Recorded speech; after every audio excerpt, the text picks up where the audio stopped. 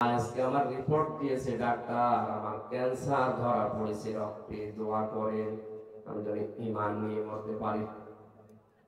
কি হয়েছিল? প্রথমে বলে পায়ের নিচে আমার একটা ফুসকুড়ি দেখা দিয়েছিল, মনে করলাম এমনি এমনি ভালো হয়ে যাবে।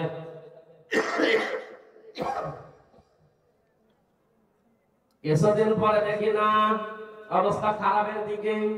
সিলেটে দেখালাম, ঢাকাতে দেখালাম, ওরা বলে আপনি ভারতে যান। আসলাম এখানে, আজ 13 মাস আমি এখানে আছি, লক্ষ লক্ষ টাকা আমার খরচ হয়ে গেছে।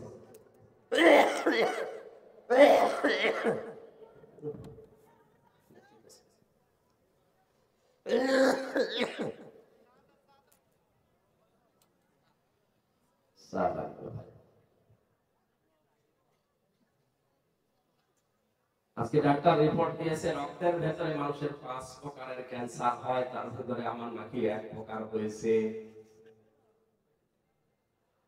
আমার মুসলমান ভাইরা, এজন্য আল্লাহ যদি কারো দায়িত্ব ছেড়ে দেয়, ওর দায়িত্ব নেওয়ার মতো দুনিয়া আসমানে আর কেউ নেই।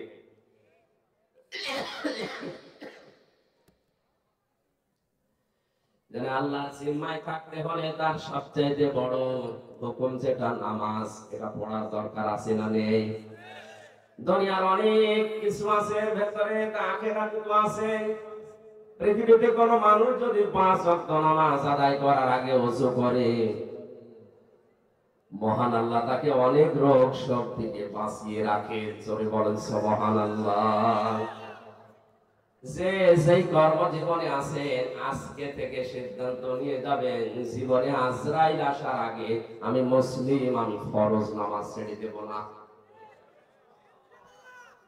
এটা তো আপনি আজ 10-20 বছর একাধারে শুনছেন। হযরতে আব্দুল্লাহ আনসারীর জীবনী পড়েছিলাম, তিনি মাত্র একবার শুনেছিলেন এই ফরজ নামাজের গুরুত্ব। পরিবারস্থ লোকদেরকে গর্তের ভেতরে রেখে হলেও তিনি নামাজে আসতেন। হযরত ওমর একদিন নালিশ দিলেন, ইয়া রাসূলুল্লাহ, এই লোকটা প্রতিদিন পেছনে আসে নামাজে আর সবার আগেই দৌড় দিয়ে চলে যায়। আপনি মুনাফিকদের যে আচরণ বলেছিলেন, মুনাফিকদের জন্য বাজার ভালো লাগে বেশি, মস্তি ওদের কাছে খারাপ লাগে। লোকটা আসে সবার পেছনে আর চলে যায় সবার আগে। আপনি এবার বলেন লোকটা কি? নবীজি বলেন, আন্দাজে মন্তব্য করা ঠিক নয়, চলো দেখি তার বাড়িতে গিয়ে। কয়েকজন সাহাবীকে নিয়ে নবীজি তার বাড়িতে গেলেন। ডাক দিলেন, আব্দুল্লাহ বাড়িতে আসো। আসসালামু আলাইকুম ইয়া আসসালামু আলাইকুম ইয়া আহলাল বাইত। একবার, দুইবার, তিনবার ডাক দেওয়ার পরে কাঁপতে কাঁপতে হযরতে আব্দুল্লাহ আসলেন। নবীজি বলেন, দেখো, আমি নবী যদি কারো উপর অসন্তুষ্ট হয়ে যায়, মহান আল্লাহ তার জীবনের সব আমল বাতিল করে দেয়। আমি কি তোমাকে 3বার ডাক দেওয়ার পরে আসলে কেন প্রথম ডাকে সাড়া দিলে না?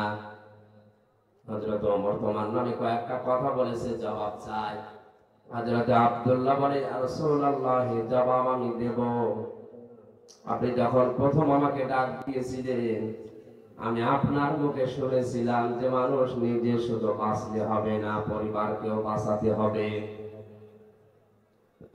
আমার স্বামী স্ত্রীর নামাজ পড়ার মতো কাপড় পোশাক শুধুমাত্র একটা, বাকি যে কাপড় আছে ওগুলো দিয়ে অন্তত নামাজ আদায় করার মতো কাপড় না।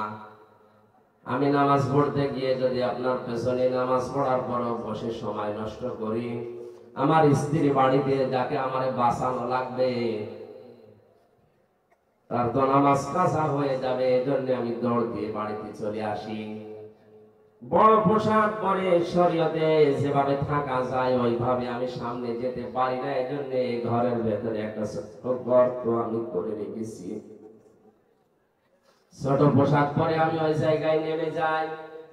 স্ত্রী এই বড় পোশাকটা পরে নামাজ আদায় করে, ওই পোশাকটা আমারে দিলে ওইটা নিয়ে আমি বাইরে আসি।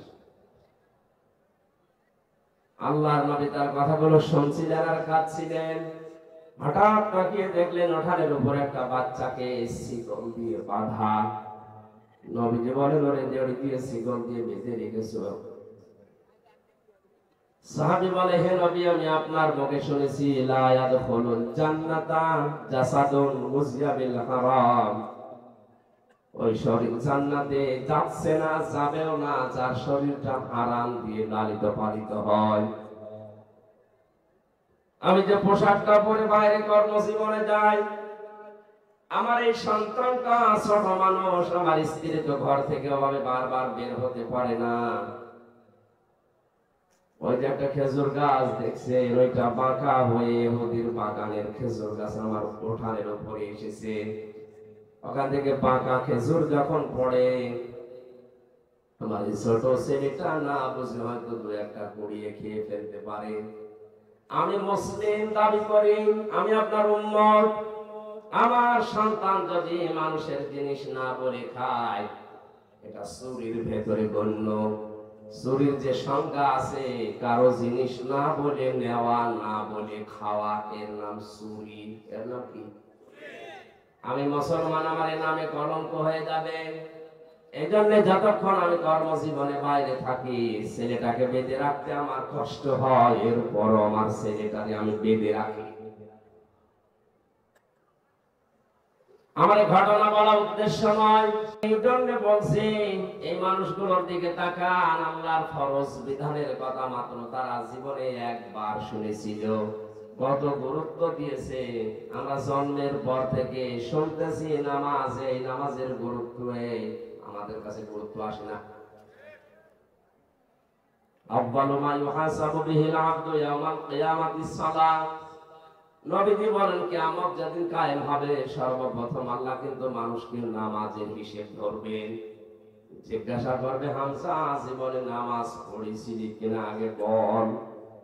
আমার জীবনে যদি ফরজ সেজদাগুলো না থাকে, ওই দিন আমি কিন্তু 100 ভাগ বারাকেই যাব। মিথ্যা যদি বলি, আমি নামাজ পড়েছিলাম, আল্লাহ রাব্বুল আলামিন বলেন, তাহলে সেজদা দিয়ে এবার দেখা। বেনামাজি মানুষগুলো সেজদা দিতে পারবে না, সূরা কলমের ভেতরে আছে। আল্লাহ পাক বলেন, ওই মানুষগুলো তখন উল্টিয়ে পড়বে, লক্ষ লক্ষ মানুষের সামনে তখন তারা অপমান হবে।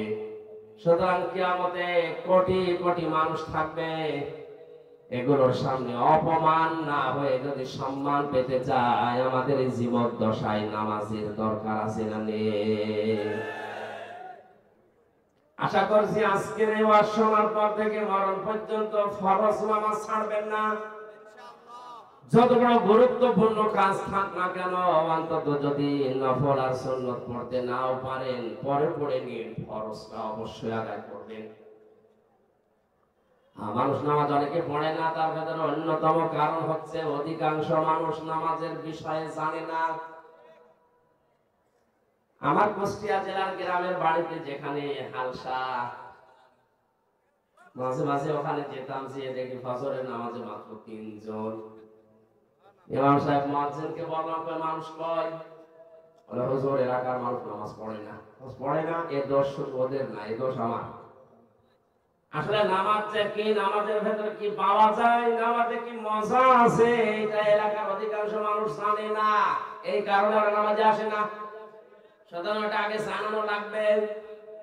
সূরা ফাতিহা বাদ দিয়ে 4টা সূরা যদি শুদ্ধ করে অর্থ সহ একটু আধটু হলেও ব্যাখ্যা সহ ওদেরকে জানানোর ব্যবস্থা করা যায়, নামাজের 13টা ফরজ 14টা ওয়াজিব দিয়ে অন্তত নামাজ কি এটা যদিও নামাজের শান্তি পায়, এই 3 জন না, এই ফজরের নামাজে 300 মানুষ হাজির হবে। একটা মাদ্রাসা করে দিয়েছিলাম আমার মায়ের নামে, একটা বছর পরে দেখি নামাজি প্রায় 5 থেকে 6 কাতার এখন প্রায় নামাজি হয়ে গেছে। মানুষ তো তারাই ছিল, শুধুমাত্র কোরআনে কারীম জানার ব্যবস্থা করে, বোঝার ব্যবস্থা করে দেওয়ার কারণে এখন তারা নামাজে মজা পেয়েছে, পিটালেও এখন তারা নামাজ পড়বে না। আপনারা এলাকায় এরকম ব্যবস্থা করবেন, মসজিদে হোক, খানকায় হোক, মাদ্রাসায় হোক, মক্তবে হোক, নামাজ, ইসলাম মূল নীতি যেগুলো আছে, এই ফরজ বিধানের, এগুলো মানুষকে জানানোর ব্যবস্থা করেন। মানুষ যদি সত্যিই নামাজে মজা পেয়ে যায়, ওই যে 2 জন সাহাবীর কথা হাদিসে এসেছে, বিশ্ব নবী তাদের পাহারায় রেখেছিলেন। তাবু পাহারা দিতে গিয়ে একজন বলছে সারা রাত এভাবে দুইজন জেগে থেকে লাভ নেই, একজন ঘুমিয়ে যায়, একজন পাহারা দাও। সাবি চিন্তা করছো যখন ঘুমিয়ে গেছে আমি সময়টা নষ্ট না করে নামাজে দাঁড়িয়ে কাটাই, কারণ এমনি এমনি কোরআন পড়লে সওয়াব হবে 10টা করে নেকি হবে, আর নামাজে দাঁড়িয়ে তেলাওয়াত করলে 70টা নেকি হবে। তো সময়টা কাজে লাগায় আমি নামাজে দাঁড়িয়ে নামাজে তেলাওয়াত করছিলেন, দুশমন এসে দেখে কালো একটা পিলারের মতো কি যেন দাঁড়িয়ে আছে, অন্ধকারে মানুষ না পিলার বুঝতে পারার জন্য তীর নিক্ষেপ করেছে, তীরটা এসে তার ডান বাহুর ভেতরে লেগেছে। নামাজে তেলাওয়াতে তিনি এমন মজা পাচ্ছিলেন নামাজ ছেড়ে দেননি। বাম হাতের ভেতরে আরেকটা লেগেছে, চিন্তা করছে এভাবে দুইটা লাগার পরে এখন যদি আমার বুকের ভেতরে পিঠের ভেতরে একটা তীর লেগে যায় আল্লাহর নবী আহত হয়ে যাবেন। এই চিন্তা করে তিনি নামাজ শেষ করে সাহাবী পাশে যেটা আছে তাকে জাগালেন, জাগিয়ে ঘুম থেকে উঠে দেখছে দুই পাশে দুই তীর। ডাক দিয়ে বললেন, এ আমার সাথী, দুই পাশে দুই তীর কেন? তিনি বিস্তারিত বলার পরে বললেন, আমাকে কেন ডাকলেন না? সাহাবী বলে, আল্লাহর বান্দা, আমি নামাজে দাঁড়িয়ে আমার আল্লাহর সাথে কথা হচ্ছিল, এত বেশি মজা পাচ্ছিলাম এই নফল নামাজটাতে, প্রথম তীরটা লাগার পরে আমি খেয়াল করি নাই, দ্বিতীয় তীরটা লাগার পরেও আমি খেয়াল করছিলাম না। মনের ভেতরে একটা চিন্তা এসেছিল, কি যেন আমার শরীরে এসে বিদ্ধ হয়েছে। চিন্তা করলাম আপনি তো ঘুমিয়ে আছেন, কি যেন এসে বিদ্ধ হয়ে গেল। এই অবস্থায় যদি আর একটা কিছু এসে আমার বুকের উপরে লাগে, আমি যদি মারা যাই তাহলে বিশ্ব নবী আহত হয়ে যাবেন। এই চিন্তা যদি মনের ভেতরে উকি না দিত, জীবন চলে গেল, আমি নামাজ বাদ দিতাম না। তারাও তো আমাদের মতো রক্ত মাংসের মানুষই ছিলেন। অনেক মানুষ বলে আমি নামাজ পড়তে পারি না কাজের যন্ত্রণায়। আপনার মতো মানুষই আছে তারা কাজ করে খায় কিন্তু ফরজ নামাজ ছাড়ে না। এখানে যে কর্মজীবনে আছেন, কর্মজীবন তো লাগবেই। আল্লাহ কর্ম করার আগে নামাজের পয়েন্টটা আগে দিয়েছেন আয়াতে। এজন্য মূল কথা এইটাই, আমরা যাই করি নামাজ যেন ফরজটা বাদ না দেই। আল্লাহ পাক বলেন, নামাজ যখন শেষ হয়ে যাবে তখন তোমাদের কাজ হবে ফান্তাশিরু ফিল আরদি ওয়াবতাগু মিন ফাদলিল্লাহ। নামাজ শেষ হয়ে যাওয়ার পরে এবার আর মসজিদে বসে থাকা ঠিক না। এই টাকা অনেকেই নামাজের পরও মসজিদে বসে বসে গল্প করে, নিজের ছেলে কয়টা, মেয়ে কয়টা, কে কোথায় কি করে, এই গল্প জায়েজ নেই আপনার জন্য। নামাজ শেষ, আল্লাহ বলেন এবার ছড়িয়ে পড়ো, ছিটিয়ে দাও। কোথায় যাবেন? ঘরে। কোথায়? ফিল আরদি, জমিনে। সুতরাং আমরা নামাজি যারা এই দেশে আছি, নামাজ শেষ, মসজিদের কাজ শেষ, এবার ছড়িয়ে পড়া লাগবে কোথায়? আরো জোরে। জমিনের ভেতরে আছে কৃষি ক্ষেত, জমিনের ভেতরে আছে ব্যবসা বাণিজ্য, জমিনের ভেতরে আছে থানা, জমিনের ভেতরে আছে কোর্ট কাছারি, আদালত। আসতে বলে এই জায়গাগুলোতে আপনি যদি ছড়িয়ে না যান, ওই জায়গাগুলো বিপরীত যারা আছে তারা দখল করে জুলুম চালাবে। এখানে কোরআনে কারিমে সূরা বাকারার 30 নম্বর আয়াত, وَإِذْ قَالَ رَبُّكَ لِلْمَلَائِكَةِ إِنِّي جَاعِلٌ فِي الْأَرْضِ خَلِيفَةً। আল্লাহ পাক বলেন, স্মরণ করো ওই সময়ের কথা, আমি যখন ফেরেশতাদেরকে বলেছিলাম জমিনে আমি খলিফা পাঠাতে চাই। কি খেয়াল করেন, আয়াতের মূল কথা ছিল আমি জমিনে খলিফা পাঠাতে চাই। কোথায়? আল্লাহ কিন্তু ফেল আরদি দিয়েছেন, ইন্নী জাইলুন ফিল আরদি। আল্লাহ যদি বলতেন ইন্নী জাইলুন ফিল খানকা খলিফা, আমি খানকায় খলিফা পাঠাবো। আজ যেমন বাংলাদেশে খানকায় খলিফা বেশি না কম? আল্লাহ তাআলা যদি বলতেন ইন্নী জাইলুন ফিল মাদারিসি খলিফা, মাদ্রাসায় আমি খলিফা পাঠাবো, ইন্নী জাইলুন ফিল মাসাজিদি খলিফা, মসজিদে খলিফা পাঠাবো, তাহলে মসজিদে কিছু সময় কাটিয়ে মাদ্রাসায় কয়েকটা ছাত্র পড়াশোনা করালে, শুধু ঘরের ভেতরে খানকায় বসে সুবহানাল্লাহ পড়লে, কিছু খলিফা তৈরি করলে দায়িত্ব শেষ হয়ে যেত। আল্লাহ পাক এই সমস্ত জায়গার নাম নিয়ে না দিয়ে নাম দিয়েছেন ফিল আরদি। কোন জায়গা বলেন বলেন? আমি ফিল আরদি খলিফা শব্দ নিয়ে ব্যাখ্যায় পেয়েছি, খলিফা আল্লাহ পাঠাতে চেয়েছেন খানকায়, মসজিদে, মাদ্রাসায়, বাইতের ভেতরে না, পাঠাতে চেয়েছেন জমিনে। আজ বাংলাদেশ সহ বিশ্বের মুসলমানেরা জমিনে নেই, এজন্য জমিনগুলো আজ জালেমরা চাষ করছে, সব জায়গা দখলে নিয়েছে এখন জালেমরা। এই জুলুম থেকে মুক্তি পাওয়ার জন্য আমাদের জমিনে থাকা লাগবে না খানকায়? বলেন বলেন? জমিনে ফিরে আসেন। যারা জমিনে ছিল তাদের জামানায় শান্তি ছিল। হযরত দাউদ আলাইহিস সালাম কোথায় ছিলেন? আস্তে বলেন, ইয়া দাউদু ইন্না জাআলনাকা খলিফাতান ফিল আরদি। আল্লাহ পাক বলেন, হে দাউদ, আমি তোমাকে খলিফা বানিয়েছি খানকার। কোথায়? বলেন বলেন? কি করবা জমিনের খলিফা হয়ে? শুধু মরিদ বানাবা? কি ফাহাকুম বাইনান নাস বিল হক, মানুষের ভেতরে ন্যায় বিচার করবা? আর ভাই, ন্যায় বিচার করার জন্য যে জায়গাগুলো লাগে, একটা জায়গা আজ মুসলমানদের হাতে নেই। যতগুলো জায়গা আপনি খেয়াল করে দেখেন, সবগুলো পৃথিবীতে জালেমদের হাতে। আপনি ন্যায় বিচার করবেন কি দিয়ে, কোন জায়গায় করবেন, সে জায়গাও নেই, সে জিনিসও নেই। বস করে ন্যায় বিচার করা যায়? আল্লাহ ফাহাকুম বাইনান নাসি দিয়েছেন, ন্যায় বিচার করা লাগবে গরু ছাগলের ভেতরে। বলেন বলেন? লিয়াসি কেউ খানকায়, কেউ মাদ্রাসায়, কেউ বাইতে। জমিটা যেহেতু ফাঁকা, এই জন্য তো মন মতো জমিন চালাচ্ছে তামাম দুনিয়ার জালেমেরা। এখানে যদি ন্যায় বিচার প্রতিষ্ঠা করতে হয়, আমাদেরকে জমিনে ফিরে আসা লাগবে। আল্লাহ আমাদেরকে হযরতে ওমরের মতো জমিনে ফিরে আসার তৌফিক দিন। জমিনে শুধু সে আপনি কি করবেন? অবতাগু মিন ফাদলিল্লাহ, আল্লাহর অনুগ্রহ তালাশ করেন।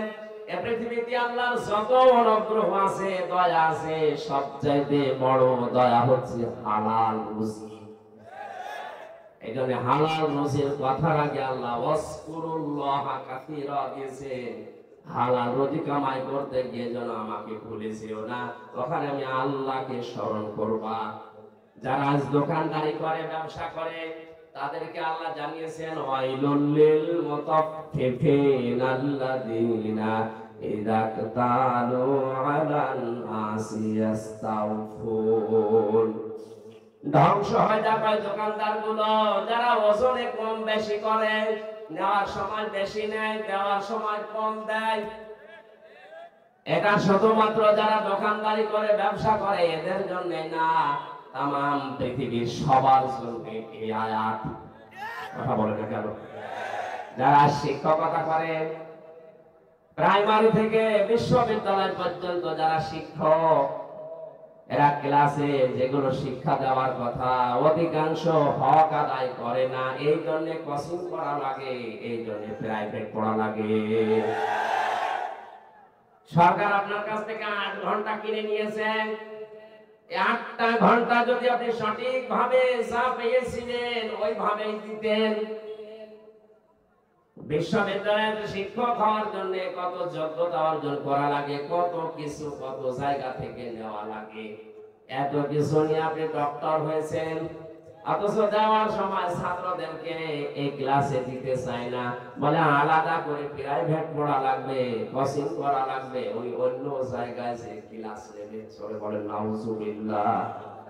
আল্লাহর কসম, কোরআনে কারীম আমার সামনে, আপনি ধরা খাবেন স্যার। কারণ আপনি নেওয়ার সময় কত বেশি নিয়েছেন আমি জানি।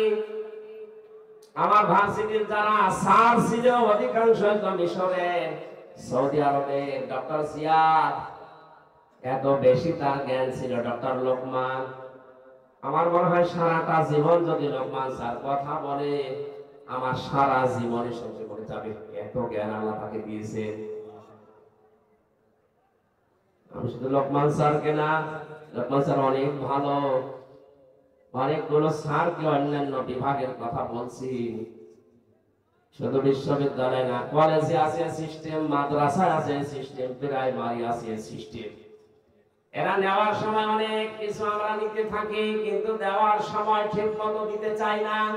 এই যে যেখানে বসে আছি, এই চেয়ার, এই মেম্বার, এই মঞ্চটা, এখানে বসার আগে অনেক কিছু আমি কিন্তু নিয়ে এসেছি, পেয়েছি, দেওয়ার সময় ডেলিভারি দিতে পারছি না। এবার আসতে বলছে, মনে করছে হুজুরও তারা খাবো, আমি তো তারা খাবো। কারণ 1 ঘন্টা কথা বলতে হলে কমপক্ষে 50 ঘন্টা এর উপরে পড়া লাগে। আমি যত তথ্য পেয়েছি, যে প্রায় 10 পৃষ্ঠা একাধারে লিখেছি এখানে। এতগুলো কথা বলার আগে আল্লাহর ওলিরা এসে বলছে হুজুর, এক হুজুরে আমি খেজুর খেয়ে গেছি। সুতরাং নেওয়ার সময় আমিও কম নেইনি, বিভিন্ন জায়গা থেকে অনেক কিছু নিয়েছি, দেওয়ার সময় আমিও ডেলিভারি দিতে পারছি না। আল্লাহ তুমি এই মঞ্চের হক আদায় করার তৌফিক আমাদের দান করো। কর্মজীবনে যে আল্লাহকে বেশি স্মরণ করো, মানে ওজনে কম বেশি করবেন না, খাদ্যে ভেজাল দেবেন না। অনেক মানুষ আছে সুবহানাল্লাহ, আলহামদুলিল্লাহ, নামাজ রোজা, এমনকি মানুষ তাহাজ্জুদ পড়ে, কিন্তু বাস্তবে প্র্যাকটিক্যাল লাইফে ওর কর্মজীবনে ও হালাল থাকতে পারছে না। আমার অনার্সের সার্টিফিকেট তুলতে গিয়েছিলাম বিশ্ববিদ্যালয়ে, মাস্টার্সের টানতে গেলাম, যিনি দায়িত্বে আছেন বললাম স্যার একটু সই করে দিলেই হয়ে যায়। আমার বলছে হামজা তাড়াতাড়ি করো। স্যার তাড়াতাড়ি করছি। কিছুক্ষণ পরে বললাম স্যার আমি গাড়ি ধরবো, একটু তাড়াতাড়ি দিলে ভালো হতো। তুমিও তাড়াতাড়ি করো, আমি জোহরের নামাজের জামাত ধরবো। আমি তো কিছু প্রথমে বুঝতে পারি না, ডাক দিয়ে বললাম স্যার আপনি কি সারাদিন, আমি তো তাড়াতাড়ি করছি। স্যার এবার মুখ ফুটে বলে ফেলছে হামজা 2000 টাকা বের করো। বললাম ও আপনি নামাজে যাবেন, জোহরের নামাজে জামাত ধরবেন, আপনার এইটা আসল জামাত। সরকার আপনার কাছ থেকে 8 ঘন্টা কিনে নিয়েছে, দায়িত্ব দিয়েছে কি 8 ঘন্টার ভেতরে ছেলে মেয়েরা আসবে, সই করে সিল মেরে আপনি কাগজটা দিয়ে দেবেন, এইটাই আপনার নামাজ। এই কথা বলে না কেন?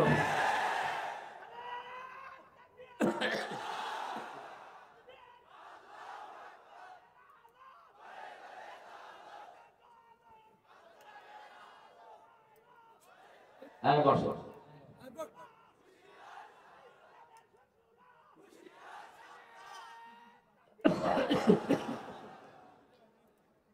অথচ নামাজ মনে করেছে ওই 5-7 মিনিট 10 মিনিট যেটা জামাতে নামাজ পড়বে ওইটাকে, আর এইটাকে উনি দুনিয়ার কাজ মনে করছে। এই জন্য আল্লাহ কর্মজীবনের আগে ওয়াজকুরুল্লাহ কাসীরা দিয়েছেন, যে কর্মজীবনে গিয়ে যেন আমাকে ভুলে যেও না, ওখানেও আমার আলোচনা আছে, স্মরণ আছে, জিকির আছে, ওইটা তোমার কর্মজীবনের দায়িত্ব। জোরে বলেন সুবহানাল্লাহ। জীবন যদি সফল করতে চান অবশ্যই আপনাকে এই 2টা কাজ করা লাগবে। এই জন্য মসজিদে মানুষ যখন প্রবেশ করে ডান পা দিয়েই বলে আল্লাহুম্মা ইন্নী আসআলুকা মিন ফাদলিকা, হে আল্লাহ আমি তোমার কাছে তোমার অনুগ্রহ চাই, দয়া চাই। বের হওয়ার সময় আল্লাহকে বলে আল্লাহুম্মা আফতাহ লি আবওয়াবা রাহমাতিকা, হে আল্লাহ তোমার কাছে আমি এসেছি, তোমার এই ঘরে রহমতের দরজা যা আছে সব কিছু খুলে দাও। এজন্য আল্লাহর দয়া রহমত পেতে হলে মসজিদমুখী হওয়া লাগবে, আর আল্লাহর ফজল অনুগ্রহ পেতে হলে জমিনমুখী হওয়া লাগবে। কথার অর্থ আমি বোঝাতে পেরেছি? রহমত পাওয়ার জন্য মসজিদ, রহমতের জন্য আরো জোরে বলেন। এখানে অশান্তি লাগলে আপনি মস্তিষ্কমুখী হবেন। 2 রাকাত নামাজ আদায় করে আপনি আল্লাহকে আপনার মুখের কথা, মনের কথা, দুঃখের কথা বলেন, এটা রহমত পাওয়ার জায়গা। আর যদি কেউ অনুগ্রহ ফজল পেতে চায়, অবশ্যই তার এই জমিনে আসা লাগবে। জমিনে এসে আমরা যেহেতু মুসলিম, 96% মুসলমানের দেশে আমরা আমাদের মালিককে আমরা ভুলে যাব না, কাজ করে খাবো। যে যেই কাজ করে খাবে সেই জায়গায় সে আমার আল্লাহর বন্ধু। আল কাসিবু হাবিবুল্লাহ, যারা কাজ করে খায় এরা সরাসরি আল্লাহর বন্ধু। কেউ ডিসি যে সেও কাজ করে খাচ্ছে, শুধু ডিসি হলে সে আল্লাহর বন্ধু হবে না। আল কাসিবু এটা ব্যাপক অর্থবোধক শব্দ। যে কোন কাজ যারা করে, রাস্তা যদি ঝাড়ু দেয় এটাও কাজ। এটা কি বলেন বলেন? পৃথিবীর কোন কাজ ছোট না, পৃথিবীর কোন কাজ ছোট না। টয়লেট যারা পরিষ্কার করে এটাও কাজ। এটা যদি সঠিকভাবে দায়িত্ব পালন করে ও আল্লাহর বন্ধু। এজন্য কাজকে ছোট মনে করা, ঘৃণা করা, কাজকে ছেড়ে দেওয়া যায় না। যে কোনো কাজ করেন কিন্তু কাজটা হওয়া লাগবে ভালো। কি? আল্লাযী খালাকাল মাউতা ওয়াল হায়াতা লিয়াবলুয়াকুম আইয়ুকুম আহসানু আমালা। আল্লাহ পাক বলেন, মানুষের মওত আর হায়াত সৃষ্টি করে দুনিয়ায় পাঠালাম কেন জানো? আমি পরীক্ষা করতে চাই তোমাদের ভেতরে কে ভালো কাজ করতে পারে। কি কাজ? আপনি এজন্য যে কাজই করবেন কাজটা যেন আপনার ওই আয়ত্তে ভালো হয়। যারা টাইলস মিস্ত্রি আছেন, যারা মোজাইক মিস্ত্রি আছেন, যে কোনো কাজ আপনি ছোট মনে করবেন না, ওইটাই আপনার জীবনে অনেক বড় কাজ। কিন্তু যতটুকু পারেন সর্বোচ্চ ভালোটা দেওয়ার চেষ্টা করবেন। লাকাদ খালাকনাল ইনসানা ফি কাবাদ। আমি মানুষকে কষ্টের পরে কষ্ট সহ্য করার জন্য বানিয়েছি। এজন্য আমাদের কষ্ট করা লাগবে। যে যেখানে আমরা আছি ওই জায়গায় কষ্ট স্বীকার করে হলেও কাজটা সুন্দর করে দুনিয়ার মানুষকে উপহার দেওয়া লাগবে। ইয়া আইয়ুহাল ইনসানু কাদহান ফামুলাকি। হে মানুষেরা, তোমার রবের কাছে যদি পৌঁছাতে চাও তাহলেও তোমাকে কঠোর পরিশ্রমের মাধ্যমে পৌঁছানো লাগবে।